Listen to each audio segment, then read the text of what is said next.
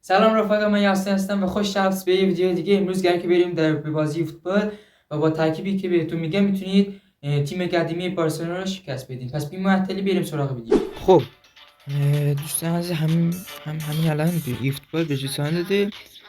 بریم یه مشاهده کنیم از رجیستانی.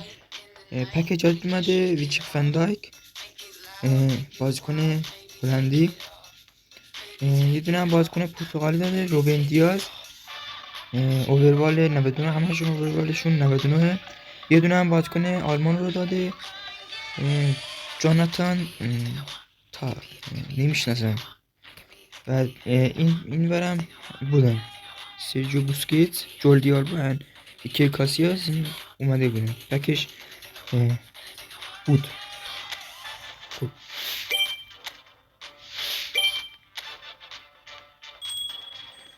یه دونه کادو داد برای پک. بیریم میزنیم. خب ترکیب ما باید این باشه 4-2-4 باشه که 4 تا دفاع، 2 تا هافبک وسط، 4 تا حمله، که میتونیم 3 تا دفاع بذاریم، بعد 2 تا هافبک وسط و 5 تا حمله.